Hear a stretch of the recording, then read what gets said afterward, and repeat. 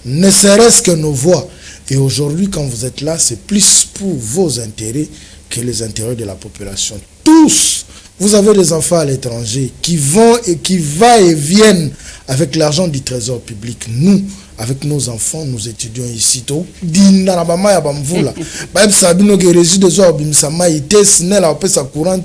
Pour soi-disant moyenne tension na yemo kweza erodinda na mai régie des eaux ba moteur les na mai tout ça mais la mai il y a saleté.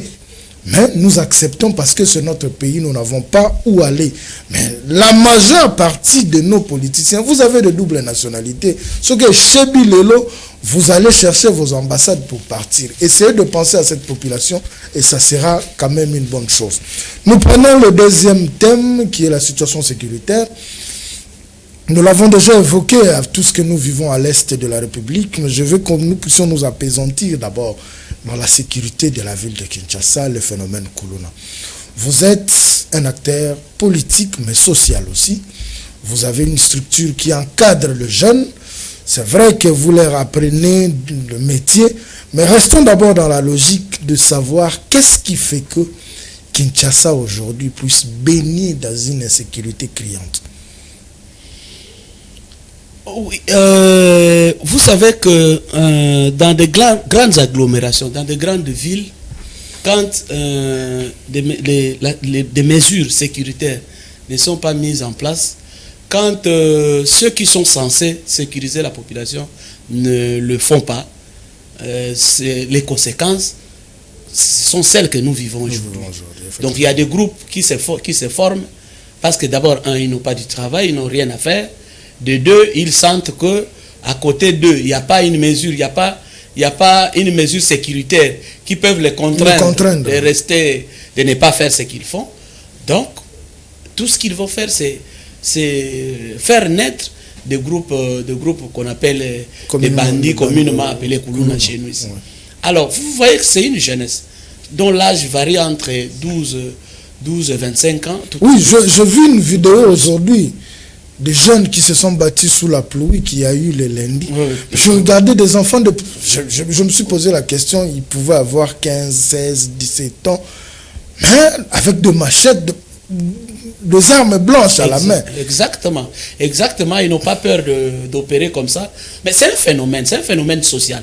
Ça se justifie toujours dans ce que nous parlons. Quand la gestion, vous gérez une grande agglomération, nous sommes plus de 10 millions d'habitants ici, à Kinshasa, ouais. Concentrés dans un espace où des kilomètres carrés qui ne sont pas étendus, on est vraiment coincé dans un espace comme ça. Alors, qu'est-ce qui peut attendre? C'est des phénomènes qui vont naître. Des phénomènes comme ceux-là, des phénomènes sociaux qui vont naître. Parce qu'il n'y a pas de mesures sécuritaires, il n'y a pas de mesures d'hygiène, il n'y a pas de mesures il n'y a pas de développement parce que vous prenez par exemple la commune de Kisenso. C'est une commune enclavée. Vous comprenez que quand c'est enclavé, il n'y a pas d'entrée, il n'y a pas de sortie. Et pour que le banditisme puisse régner, c'est facile parce que le milieu est favorable pour ça. Alors, il faut d'abord travailler sur le désenclavement de ces milieux-là. Il faut travailler sur l'encadrement de la jeunesse. Une jeunesse qui est laissée comme ça, qui est abandonnée. Vous voulez qu'elle fasse quoi? Vous voulez qu'elle fasse quoi? Donc, c'est un phénomène social dont la lutte doit se faire sur le plan répressif, mais aussi sur le plan social, dans l'encadrement, le plan professionnel. Donc, on doit encadrer ces enfants-là. On doit les prendre, les amener à l'école parce qu'il y en a qui ne vont pas à l'école. Il y en a qui vont à l'école, mais qui abandonnent l'école parce qu'ils n'ont pas de moyens. Et ces enfants-là, on doit les encadrer. Mais on doit aussi faire la lutte répressive pour permettre à ce que des délinquants à haut niveau, parce qu'il y a des catégories. Oui, des catégories, on les catégorise comme ça. Ceux qui ont une propension déjà élevée de la délinquance, on les amène en prison où on cherche un mécanisme de correction. Mais ceux qui viennent de commencer ou qui sont encore des enfants qu'on peut récupérer, on le récupère, on crée des centres de formation, on crée des centres de réinsertion sociale et on les encadre. Alors, mais ce qui est difficile chez nous, il n'y a pas de politique. Vous avez vu, la fois passée, le gouvernement a mis en place une opération. Oui, l'opération Panthère, c'est là où je voulais en venir. Oui, cette opération... Qui a été parmi les communes pilotes. Oui, mais l'opération elle-même, est-ce que c'était organisé? organisé, c'était planifié. Nous, on a vu le gouvernement décider. Mais après la décision, on étudie, on fait une étude.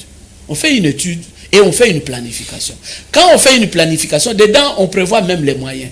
Mais du coup, quelques temps après, je dois avoir fait une intervention dans une des radios de la place ici. On a dit que c'était une bonne chose. C'était une bonne chose de prendre une mesure comme ça, de lancer une opération. Est-ce que l'opération a été planifiée? Mais vous, en tant que de leader d'opinion dans ce coin-là, quand on prend des décisions pareilles, est-ce qu'on vous associe pour leur donner peut-être quelques pistes de solutions pour que ces genres de décisions aboutissent? Est-ce qu'on vous associe? Non, mais le mal congolais, c'est que celui qui a la décision croit que c'est lui seul qui est plus intelligent que les autres. Ou c'est lui seul qui a la connaissance plus que les autres.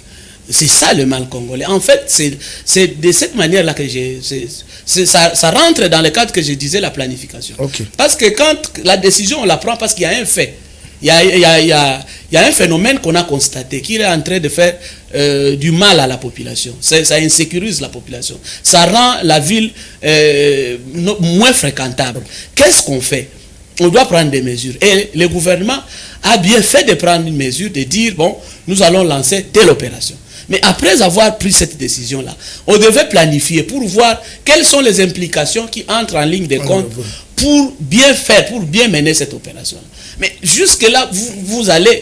À qui vous demandez les comptes? C'est à l'inspection ou à celui qui sécurise la ville? Je ne sais pas. C'est à lui qu'on demande les comptes, je ne sais pas. Parce que lui, il s'est précipité à lancer. Je ne sais pas si c'est précipité ou c'est le gouvernement lui-même qui a donné des ordres pour qu'il commence. Il a commencé à Kisenso, par exemple, ils sont venus 2 fois, la nuit, et ils ont arrêté les autres jeunes, les jeunes qui n'avaient rien à voir avec le Koulouna. Rien à voir avec le Koulouna. Si vous venez après les jours là, mais vous verrez, et à la commune, et ici à Sosa, ici, vers la police, là, vous êtes au palais du peuple, un peu en face. Mais vous voyez des jeunes qu'on a arrêtés comme ça. Et on leur exige de payer des amendes parce qu'on doit les libérer. Ils n'ont rien à voir avec le Koulouna. Donc ça veut dire que l'opération au départ n'était pas planifiée, parce que si c'était planifié et il y avait une collaboration avec les institutions à la base, je prends le cas du bourgmestre, je prends le cas des chefs de quartier, ils savent, ils ont des banques de données sur les enfants qui sont communément appelés Koulouna. Ils ont des banques de données, donc on se réfère à ces banques de données-là et on cherche comment mettre la main sur ces enfants-là. Mais on vient comme ça, un soir comme ça, on vient, on voit les policiers se promener partout et arrêter tout le monde, même ceux qui revenaient du travail. J'ai vu un journaliste arrêté avec sa carte, avec sa caméra. Et il était en train de rentrer paisiblement chez lui. Il voulait entrer à leur porte et du coup, il y a un phénomène là-bas, on les appelle éclaireurs. Ils rebondissent devant lui et on l'arrête. On l'arrête comme ça et on part avec lui comme ça, se promène avec lui comme si c'était un petit bandit, alors que c'est un journaliste qui revenait de son travail. Alors donc ça veut autrement dire qu'il n'y avait pas une planification et on ne savait pas qui on était en train d'arrêter. Malheureusement, dans pareille situation, le vrai Koulouna, on ne les arrête pas, ils vont fuir parce qu'en fait, ils ne sont pas à découvert comme ça. Ils opèrent et ils ont des endroits où ils se retranchent quand il y a une opération comme ça. Ils se retranchent là où ils ont l'habitude de se cacher et l'opération passe et après ils reviennent. Quand vous allez à Kisenso aujourd'hui, les Koulouna a repris, ils ont repris ces enfants-là. Souvent, on les voit partout. Ils sont en train d'opérer. Donc, en tout cas, je pense vraiment que quand on veut mener une opération comme celle-là, il faut que ça soit planifié et il faut qu'il y ait une collaboration entre les institutions au niveau national, au niveau provincial et celles qui sont au niveau local. Parce qu'eux, ils détiennent des informations sur ces phénomènes-là. Voilà. Vous qui encadrez la jeunesse dans la commune de Kisenso, qu'est-ce que vous faites pour... Parce qu'à un certain moment, ces jeunes ont aussi des personnes qu'ils entendent. Vous qui encadrez la jeunesse, qu'est-ce que vous faites pour récupérer, je dis sur le plan social, récupérer ceux qui sont récupérables? Qu'est-ce que vous faites concrètement? Bon, il faut dire que dans le cadre de nous, qui sommes on nous appelle les notables, on mène quand même des actions. Vous savez, nous sommes des philanthropes, des privés. on mène quand même des actions. Par exemple, moi-même qui vous parle là, j'ai une grande association avec 4 centres de formation. Okay. On encadre les enfants de différents métiers.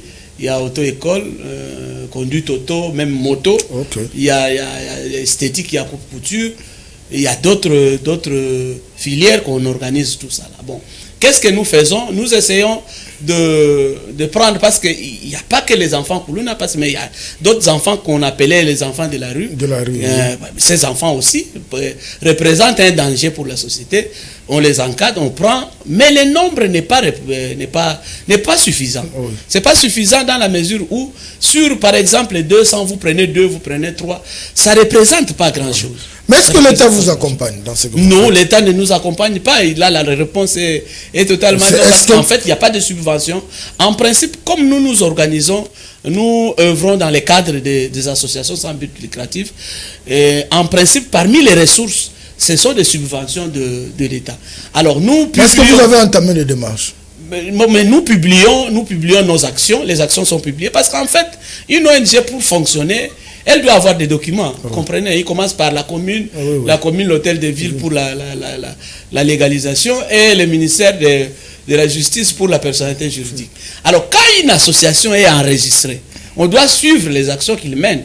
Et si ces actions rentrent dans le cadre du développement, rentrent dans le cadre du social de la population, l'État doit subventionner à travers des projets qu'il attribue à ces associations pour essayer d'augmenter le niveau, la capacité, tout ça. Mais malheureusement pour nous, l'État vous regarde comme ça, comme si le travail que vous faites là ne lui concernait pas. Malheureusement.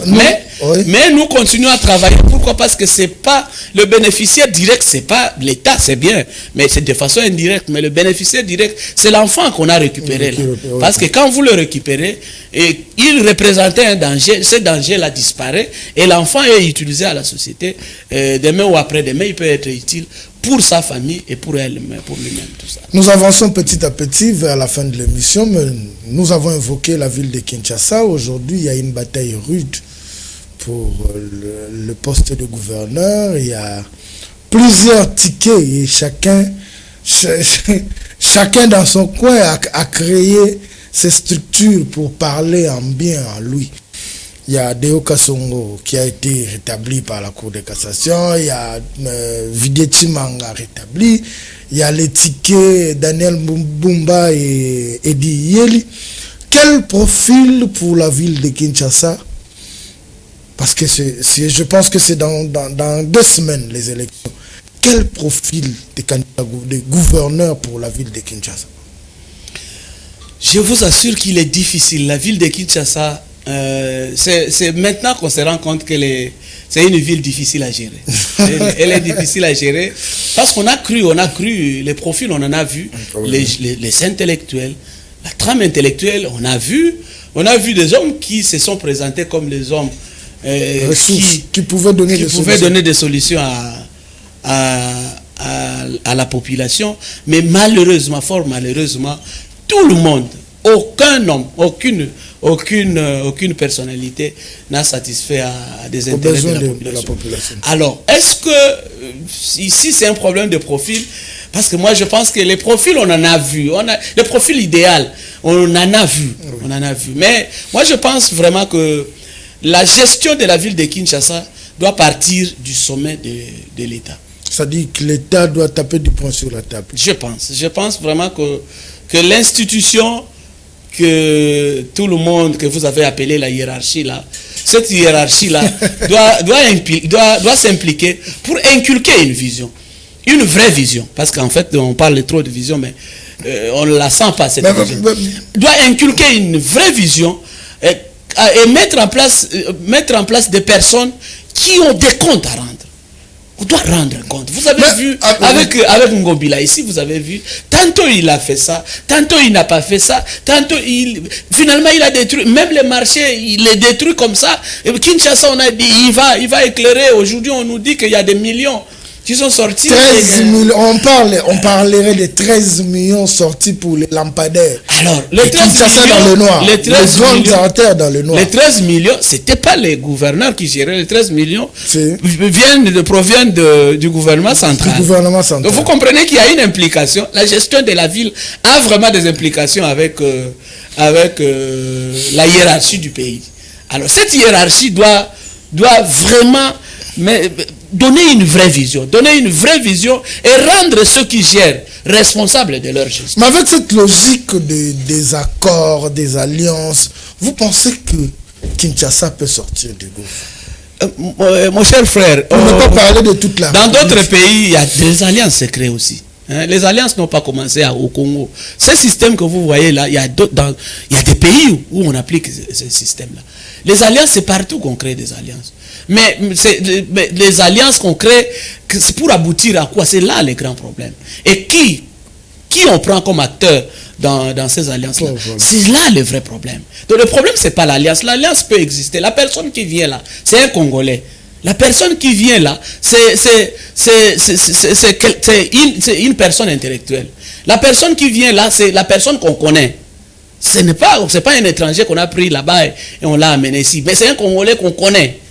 Donc, c'est pas le problème d'alliance. Le problème, c'est que le Congolais qui est là, est-ce qu'il est en train de bien travailler? Le Congolais qui est là, est-ce qu'il a la conscience de dire que là, c'est un mandat qu'on lui a donné. Et ce mandat-là, à la fin de ce mandat-là, il a des comptes à rendre à la population. Il a des comptes à rendre à la ville de Kinshasa.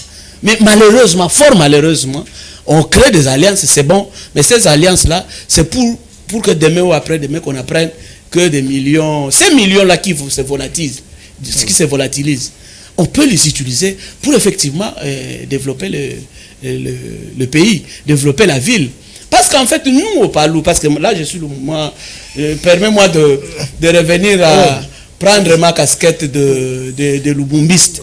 C'est pas sans problème. Pour nous, il peut y avoir la guerre. Mais le peur que nous avons, si on l'utilise de bon escient, je vous assure qu'en dépit du fait qu'il y a la guerre, on ne manquera pas à manger au Congo. Même s'il y a la guerre, on ne manquera pas une route asphaltée. Mais la difficulté avec nous, c'est quoi? On prend la guerre comme raison, on présente ça. Un alibi pour... et après, l'argent qui sort, on met... C'est là le vrai problème. Donc, nous avons un problème d'individu, ce n'est pas le problème d'alliance, moi encore, le problème de chercher les oiseaux rares. Non, les oiseaux rares là, ça ne devait pas exister parce qu'on ne les a pas vus, malheureusement. Voilà, Maître Anissé Mifiam, nous sommes arrivés à la fin de notre mission, mais vous avez 1 minute pour conclure, c'est-à-dire un mot pour tous ces Congolais qui vous ont suivi, et puis un mot pour votre commune, votre fief, là où on vous appelle Molobeli. Qu'est-ce que vous leur dites en ce jour? Merci beaucoup. Je commence par le chef de l'État. Ça, c'est le 2e mandat. Il doit comprendre que le 2e mandat, c'est le dernier mandat. Conformément à notre constitution. Qui vous a dit que c'était le dernier mandat? Moi, je n'entre pas dans la danse. C'est un provocateur. Je ne sais pas sur quelle base il prononce ces allégations. Mais pour nous, constitutionnellement parlant, c'est le dernier mandat. Le chef de l'État doit comprendre que le premier mandat, nous savons que le premier jour du service, parfois on tâtonne, parfois on tergiverse, mais on comprend la réalité. Le 2e mandat, on ne peut plus commettre des erreurs. C'est vraiment un moment où il doit montrer à la population que l'IDPS, c'est l'IDPS qu'on croyait. Il doit montrer ça. Et il doit montrer par la prise de décision. Parce qu'on ne peut pas comprendre que Alingeti, qui est à l'IGF, prend des initiatives et il met à la disposition de la population des informations de nature à révolter même la population. Mais après, il n'y a aucune mesure qui est prise. Nous pensons que c'est cette manière de faire des choses qui ne permettent pas, ne favorisent pas la bonne gestion du pays. Alors ça, en tout cas pour le 2e mandat ici, il doit beaucoup travailler pour que chacun soit responsable devant ses actes, tout ça. Bon, pour la commune de Kisenso, kuna na lingina lo ba na lingala bana kisenso ils doivent à la vigilance. À la vigilance dans la mesure où les services l'État mutu azalaki na capacité ou possibilité ya kotia kimia kuna malheureusement azotiate. D'ailleurs la police est aujourd'hui pointée du doigt par rapport à l'arrestation arbitraire. On préfère arrêter mutu oyo à Salimbebate en faveur ya mutu à Salimbeba. Donc au lieu de mutu à Salimbeba, non, on l'arrête pas, on arrête des enfants oyo bazo Salimbebate. C'est comme s'ils sont en train de travailler pour pourrir encore la situation pour comme alisous incontrôlable. Alors population fait à la vigilante pour ceux qui va laisser faire na ndenge la police a somé maboy batunyo soba comme ba délinquant et situation est comme de façon incontrôlable. Donc to sengi bango vraiment à la vigilante et s'il faut dénoncer ba o bazo salamabe ba dénoncer bango mais na mayele pour éviter les représailles parce que dans la plupart des cas quand vous dénoncez ces enfants là ceux qui les arrêtent les informe comment on les a arrêtés. Et quand on le va relaxer bango, nasuka bakoki ko que ça représente tout ça. Alors c'est comme ça que la population ne collabore pas beaucoup avec l'État. Mais ils doivent tout faire pour que collaborer. Et nous sommes en train de nous organiser au niveau de la société civile pour voir comment tout ça marche, même marche pacifique, parce que en tout cas l'insécurité c'est ça ma casse. Alors on peut pas laisser la situation et continuer à pourrir. Voilà en fait le message que je voulais lancer dans Bokanabiso. Merci beaucoup. Voilà, merci beaucoup Maître Anissembi Fia, c'est par ce mot que nous mettons un point final. Nous pensons que vous serez toujours disposés tant que vous avez besoin de nous parce que aux amolobeli. Donc tant que qui sont un problème, Congo est un problème. Merci beaucoup pour vous tous qui nous avez suivis. Le plaisir était nôtre de vous savoir nombreux devant vos postes téléviseurs. Nous disons merci à la grande équipe technique qui nous a accompagnés. Il y a Torres Atibou à la prise de vie, Junior Santos, un Angolais perdu en République démocratique du Congo. Il y a Galor Mouya, communément appelé Koko Mouya à la régie finale, et donc Benjamin Makolo. On se retrouve prochainement pour une autre émission avec d'autres invités. Au revoir.